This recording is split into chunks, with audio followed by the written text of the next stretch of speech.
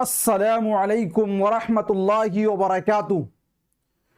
साथियों, मैं निशात अहमद आप तमाम साथियों का बहुत बहुत इस्तकबाल करता हूं, खैर मकदम करता हूं, वेलकम करता हूं।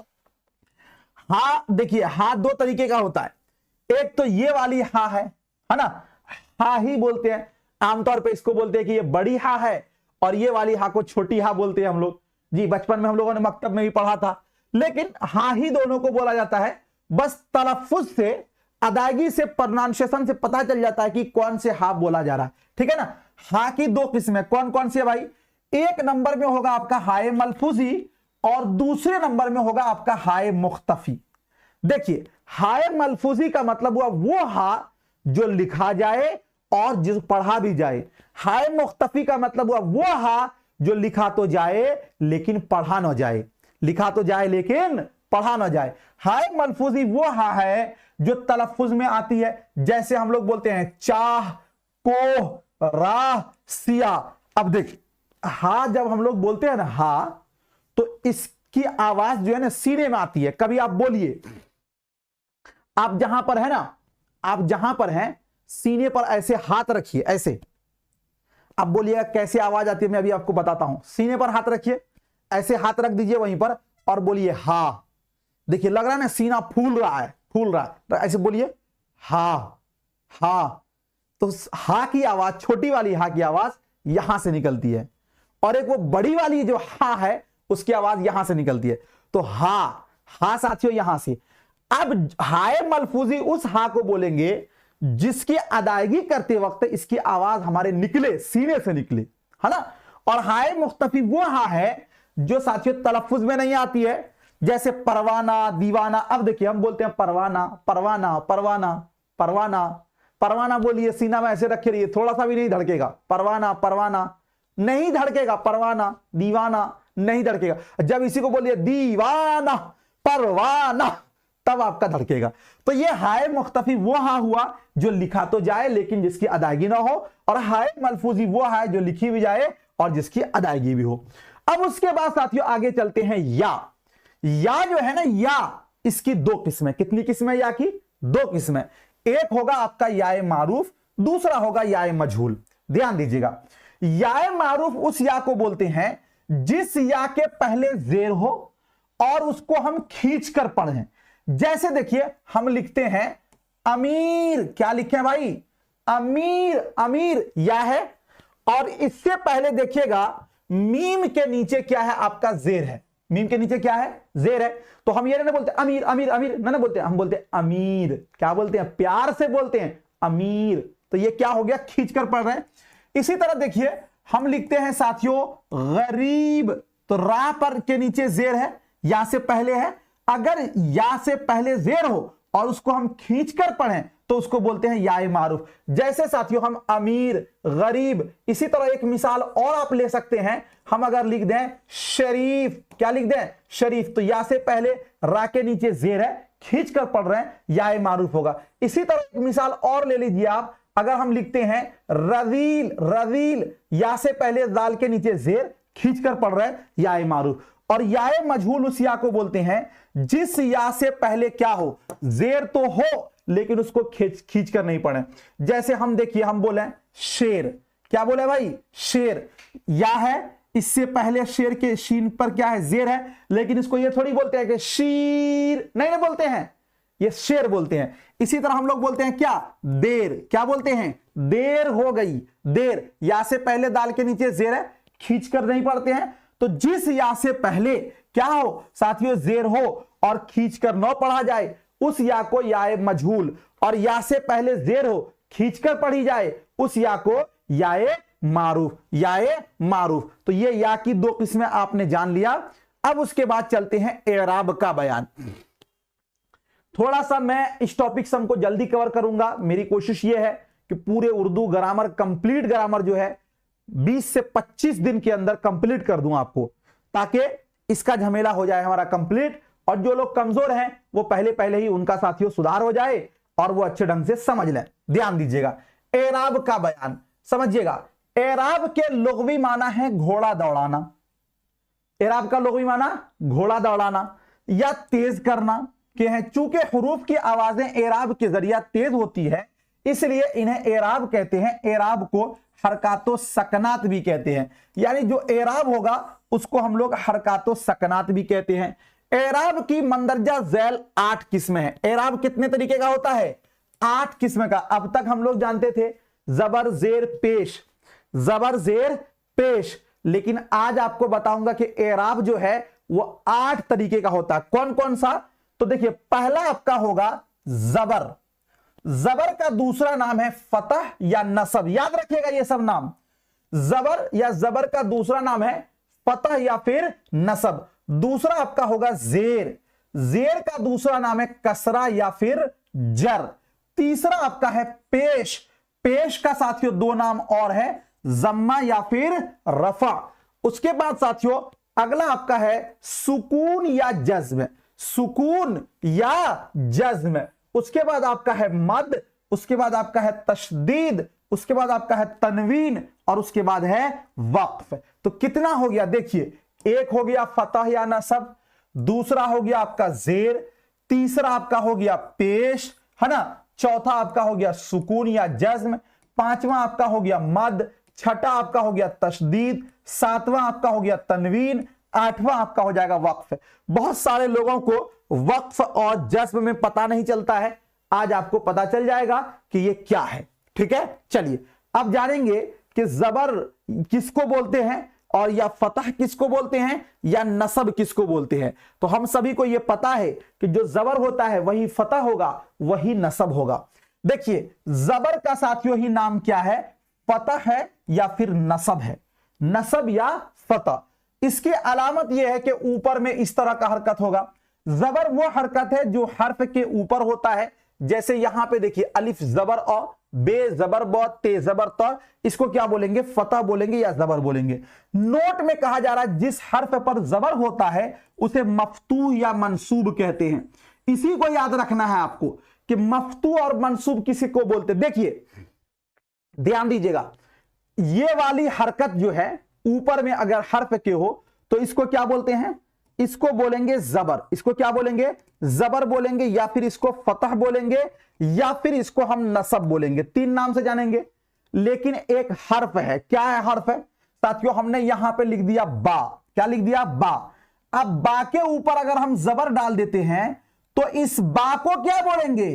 तो बा को बोलेंगे मफ्तूह, बा को बोलेंगे मंसूब, है ना। याद रखिएगा, यही चीज आपको समझना है कि जिस हर्फ के ऊपर जबर हो उस हर्फ को साथियों, हर्फ की बात हो रही है तो वो हर्फ आपका होगा मफ्तूह या फिर वो हर्फ होगा मंसूब, है ना। याद रखिएगा।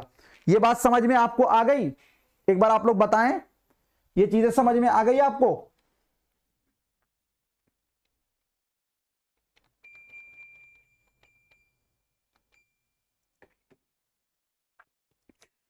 अब उसके बाद आगे चलते हैं।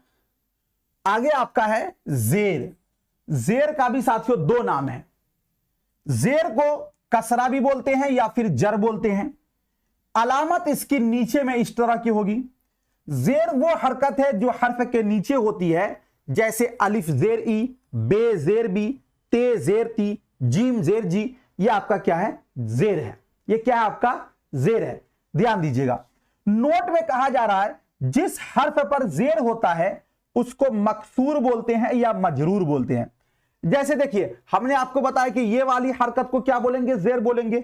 लेकिन अगर हम यहां पर बा लिख दें और बा के नीचे हम जेर डाल दें तो कोई पूछे कि बा को क्या बोलेंगे, तो बा को बोलेंगे साथियों मजरूर।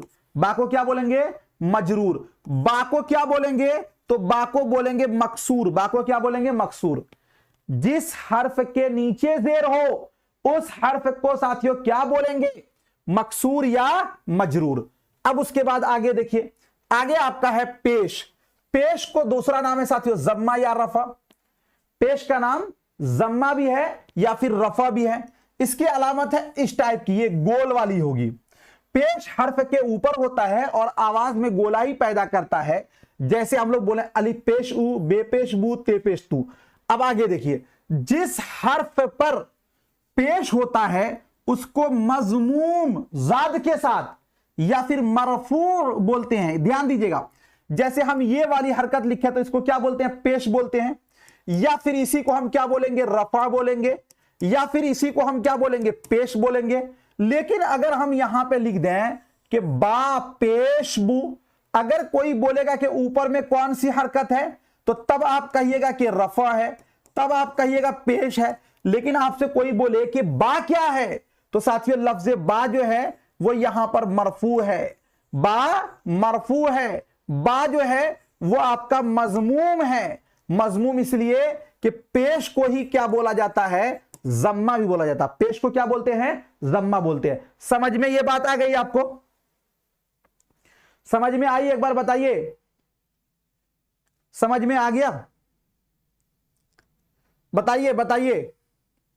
कुछ लोग अपने दुनिया में मस्त हैं, समझ में आ गया ये बात, समझ में आई जो बता रहा हूं आपको। मंसूब, मफतूह, मकसूर, मजरूर, मजमूम, है ना, मरफू, ये सब चीजें समझ में आ गई।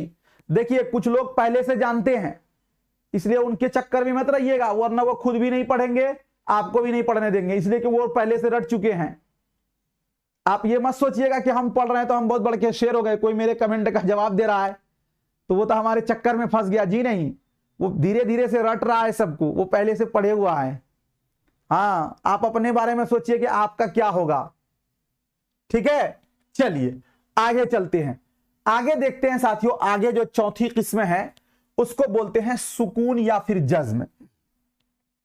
सुकून या जज्म की दो अलामत है, एक तो इस तरह करके टेढ़ा दाल टाइप का दे दिया जाता है, या फिर सिर्फ गोल टाइप का। ये दोनों अलामत किसी हर्फ पर लिख दिया जाता है। आमतौर पे उर्दू में तो लिखा नहीं जाता है, लेकिन इसी को बोलते हैं सुकून या फिर जज्म। इराब के न होने को, मतलब जबर जेर पेश के न होने को सुकून कहा जाता है। इसकी अलामत ये वाली अलामत है, एक हर्फ को जब दूसरे हर्फ से मिलाया जाता है तो पहला हर्फ मुतहर्रिक यानी पहले पर जबर जेर पेश और दूसरा हर्फ साकिन होता है। जैसे देखिए साथियों, हम यहां पर एक हर्फ लिखते हैं, हर्फ लिखा हमने अलिफ बा जबर अब, तो ये हरकत हो गया, और बा पर हमने क्या कर दिया, साकिन कर दिया।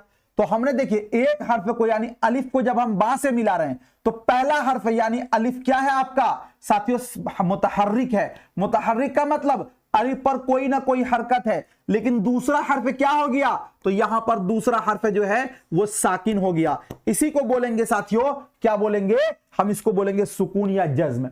यानी जब हम एक हर्फ को दूसरे हर्फ से मिलाते हैं तो पहला हर्फ क्या होता है, मुतहर्रिक होता है, दूसरा हर्फ क्या होता है, साकिन होता है। इसी को साथियों, ये जो ऊपर में है इसी को बोलते हैं सुकून या जज्म। आगे कहा जा रहा है कि जिस हर्फ पर जज्म होता है उसे मजजूम कहते हैं, जा के साथ। अगर कोई बोले कि बा क्या है तो आपको बताना है कि बा जो है वो आपका मजजूम है। बा क्या है भाई, बा मजजूम है, बा क्या है, मजजूम है ना। जैसे देखिए हम बोले अलिफ ता जबर अत, अब यहां पे देखिए ता क्या है, साकिन है या जज्म है। इससे पहले वाला हर्फ जो है वो मुतहर्रिक है। और साथियों अगर कोई पूछे कि ता क्या होगा तो बताना है कि ता जो है वो आपका मजजूम होगा। क्या होगा, मजजूम होगा। क्या होगा, मजजूम होगा।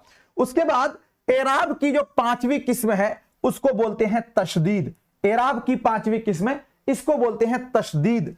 तशदीद की अलामत यह है, इस तरह करके अगर लिखते हैं ना इसको तशदीद बोलते हैं।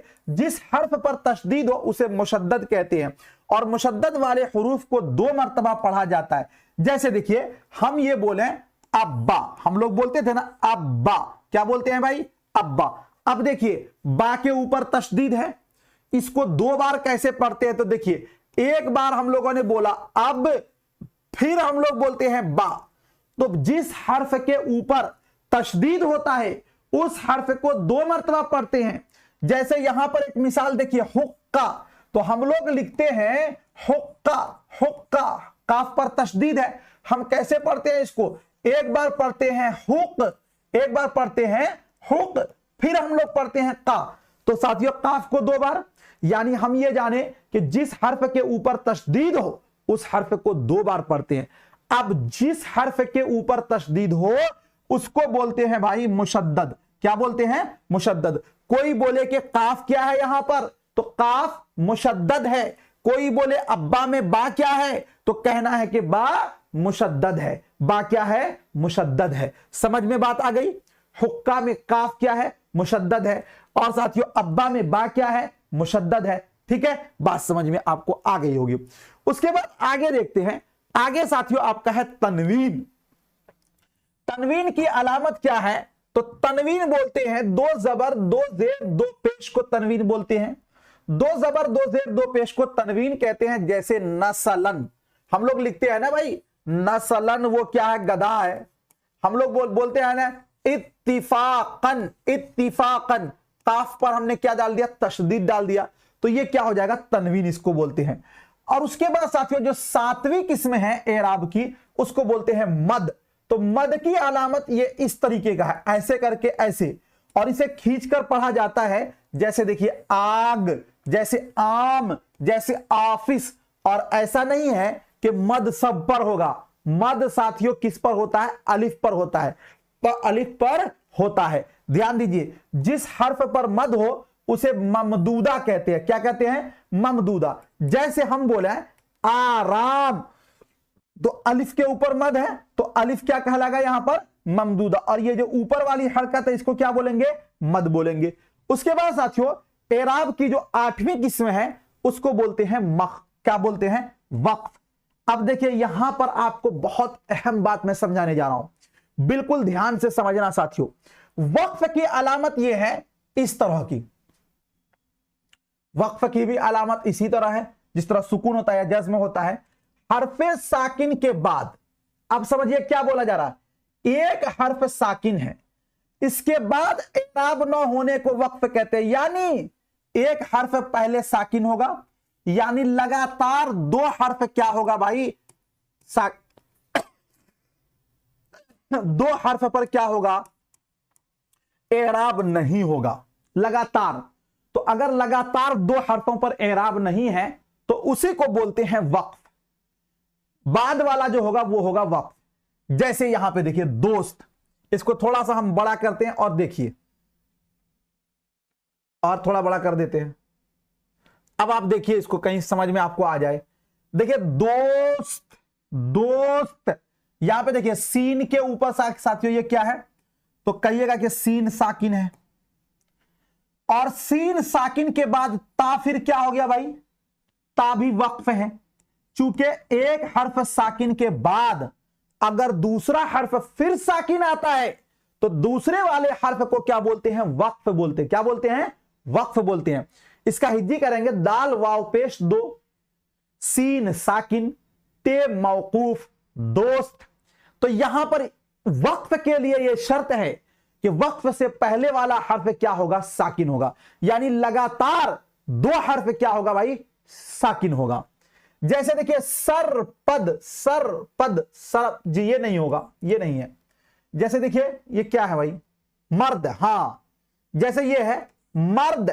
अब देखिए मर, मर और दाल फिर क्या कर दिया आपने, साकिन कर दिया। और जिस हर्फ पर साथियों वक्फ होता है उस हर्फ को क्या बोलते हैं, मौकूफ बोलते हैं। क्या बोलते हैं, मौकूफ बोलते हैं। इसकी मिसाल एक और ले सकते हैं आप। जैसे आपने बोला गोश्त, क्या बोला, गोश्त, शीन साकिन है फिर ते मौकूफ है।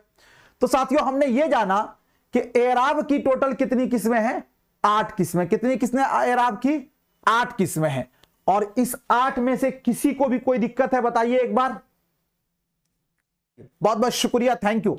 मिलता हूं फिर आपसे नेक्स्ट टाइम नेक्स्ट वीडियो के साथ। जब तक के लिए खुदा हाफिज, शुक्रिया, ऑल द बेस्ट।